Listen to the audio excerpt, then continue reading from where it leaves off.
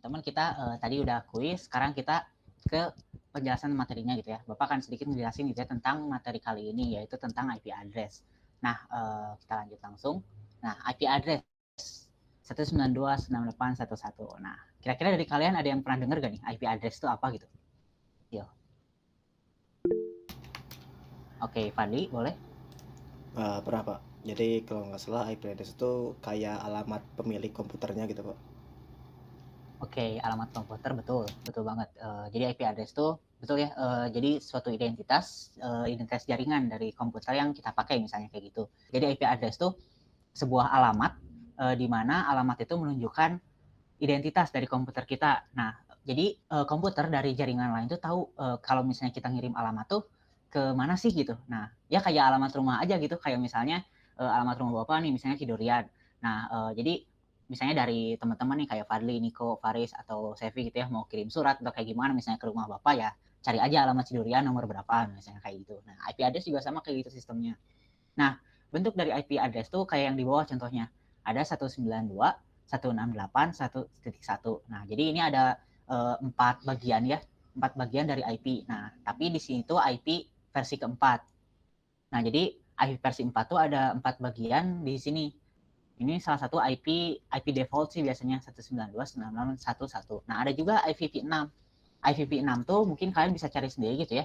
IPv6 tuh tersusun dari angka-angka heksadesimal. Jadi kayak ada huruf A, huruf F, misalnya F6 titik 2 A10 A2 misalnya kayak gitu.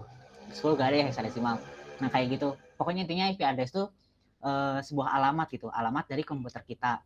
Nah, kalau misalnya kalian penasaran nih, Pak bisa gak sih kita lihat si IP address itu? Nah, Bapak akan coba tunjukin ya gimana salah satu cara kalian nunjukin gitu IP address kalian.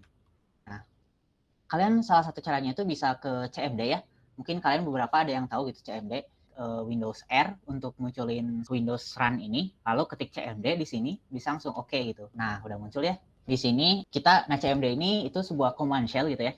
Di sini tuh kita bisa ngetikin beberapa perintah untuk mengoperasikan komputer juga gitu. Nah, salah satunya tuh untuk ngecek IP address tersebut. Gimana sih atau apa perintah yang harus kita ketikkan buat ngecek IP address? Nah, kalau di Windows perintahnya itu IP config gitu. Nah, kayak gini. Di sini kelihatan ya ada gitu IP-IP-nya. Nah, kayak ini ada nih Ethernet. Ethernet itu jadi adapter dari kabel gitu ya, dari kabelan. Nah, karena kebetulan Bapak pakai WiFi dan langsung nyolok gitu ya dari router ke komputer pakai kabel. Nah, jadi yang dipakai tuh si Ethernetnya. Ini IPv6. IPv6 tuh yang tadi Bapak jelasin gitu ya, heksadesimal. Nah, ada FE80, 5479. Nah, ini IP versi 6-nya.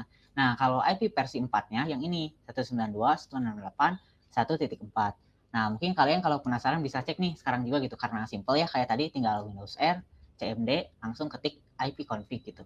Kalau misalnya di IP config ternyata IP-nya nggak ada atau kosong, nah atau enggak kayak gini nih media disconnect, nah itu ada kesalahan nih dari si perangkat jaringannya atau mungkin dari ISP-nya mungkin kalau dari router gitu kayak gitu. Nah, terus ada subnet mask.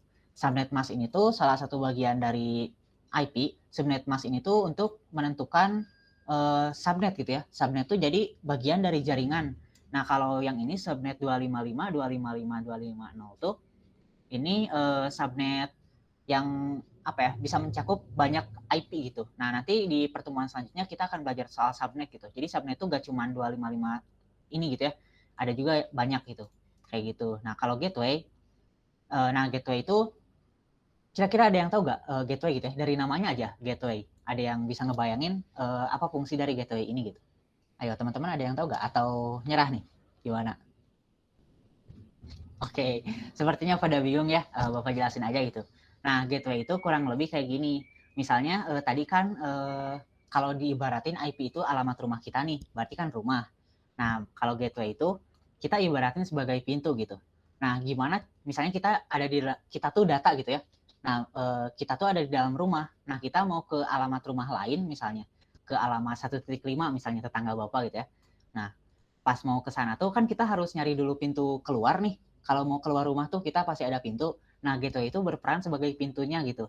Jadi kalau misalnya gak ada gateway-nya atau pintunya gak tahu gitu ya kita ada di mana, ya kita gak akan bisa keluar gitu. Datanya gak akan tersambung gitu. kita nggak akan bisa komunikasi sama orang lain yang di luar IP kita gitu. Nah, kayak gitu. Itu untuk default gateway. Jadi untuk apa ya namanya? IP itu ada beberapa elemen gitu. Yang pertama tuh address-nya yang ini, lalu ada subnet mask. Subnet mask untuk default-nya itu 255 ini. Lalu default gateway-nya ini tergantung dari router kita gitu ya. Biasanya kita bisa otomatis nge-input si default gateway ini. Nah, sekarang kita udah tahu gini ya tentang gimana ceknya buat si IP ini. Nah, sekarang pertanyaannya gimana cara kita ngatur IP-nya? Karena kita mau nyeting jaringan gitu ya, kayak gitu. Nah, ini keluarin aja. Nah, kalau untuk nyeting si IP-nya sendiri, ke setting gitu ya, ke setting. Terus ke network dan internet. Nah, kita bisa ke Ethernet atau Wi-Fi gitu ya. Kok ini status. Nah, di sini juga bisa. Nah, kita cari option tentang change adapter option gitu ya.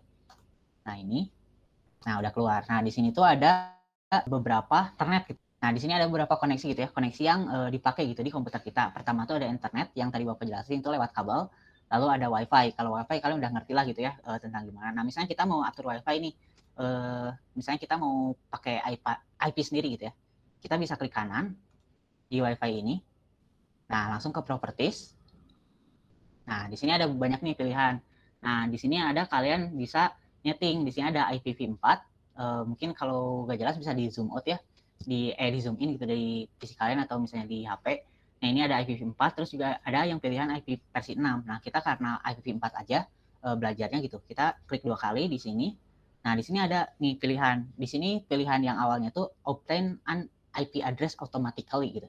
Nah, jadi si IP address-nya itu udah otomatis atur sama router gitu, sama router yang kita pakai gitu. Nah, kalau misalnya kita mau nge-setting IP gitu, kita bisa klik yang use the following IP address. Nah, di sini ada perbedaan antara IP otomatis dan IP statik gitu. Nah, itu jadi 2 tipe IP juga. Jadi ada IP dinamis namanya sama IP statik. Nah, IP address tadi kita misalnya tulis ini 192.168 1 titik berapa 30 misalnya. Nah, ini subnet masknya otomatis ya 255.255.0 karena ini defaultnya. Tapi kalian bisa input lain lagi gitu. Nah, tapi kita harus ngerti dulu subnet itu apa sih. Nah, itu di pertemuan selanjutnya kita jelasin. Nah, kayak tadi si default gateway-nya itu biasanya default gateway itu IP dari si routernya. Jadi kalian kalau nge-setting jaringan harus tahu nih router yang kalian setting tuh IP-nya berapa gitu. Nah, biar untuk gateway-nya. Karena gateway ini yang menghubungkan antara network komputer kita dengan jaringan di ISP sana gitu atau di internet kayak gitu. Nah, kalau di rumah Bapak gitu ya, si gateway-nya itu 192.168.1.1. Nah, ada juga DNS. DNS itu IP dari server yang kita pakai. Ini bisa diisi oleh IP si router kita. Jadi router kita tuh dibaratin sebagai server gitu ya. Nah, kayak gitu. Atau bisa juga pakai DNS Google yang biasa 8888. Nah, kayak gitu. Nah, ini untuk setting IP ya. Kalau misalnya udah, tinggal oke. Nah, udah kayak gitu aja. Kalau misalnya ketika di oke di sini gak ada tulisan X nih di Wi-Fi-nya atau di jaringan kalian dan kalau internet, berarti itu udah oke. Kalau misalnya ternyata gak nyambung, ya itu berarti ada masalah nih di pengaturannya, ada yang salah kayak gitu. Itu untuk pengaturan IP. Nah, kita lanjut lagi ke PPT. Oke, selanjutnya ada tentang OSI layer. Nah, OSI layer tuh mungkin kalian pernah dengar gitu ya di semester awal-awal. Nah, tapi akan Bapak jelasin lagi. Nah, untuk OSI layer tuh ada 7 OSI layer, seperti yang kalian tahu.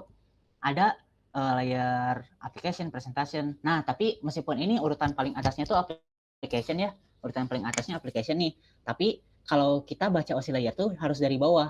Jadi dari layer paling bawah gitu. Nah, jadi bacanya itu physical, data link, network, transport, session, presentation, sama application. Nah, physical ini layer paling bawah gitu. Nah, physical ini artinya apa? Artinya itu hardware gitu ya, atau si fisiknya gitu. Jadi dalam sebuah internet itu atau sebuah jaringan itu ada elemen fisiknya gitu ya. Kayak kita tahu ada komputer kita, ada kabel, terus juga ada router, modem, kayak yang tadi disebutin sama Nicholas itu ya, ada bridge. Nah, udah dari physical, kita masuk ke data link. Data link ini tuh contohnya itu MAC address. Nah, MAC address itu salah satu alamat juga Cuman alamatnya itu alamat fisik gitu, alamat fisik. Kalau network tuh alamat dari jaringannya. Nah, dari data link buat validasi data link tuh. Jadi kita bikin sebuah paket MAC address. Nah, itu data link, layer data link. Lalu selanjutnya ke network. Nah, di network inilah IP ada gitu. Nah, salah satu contoh protokol di network tuh IP address.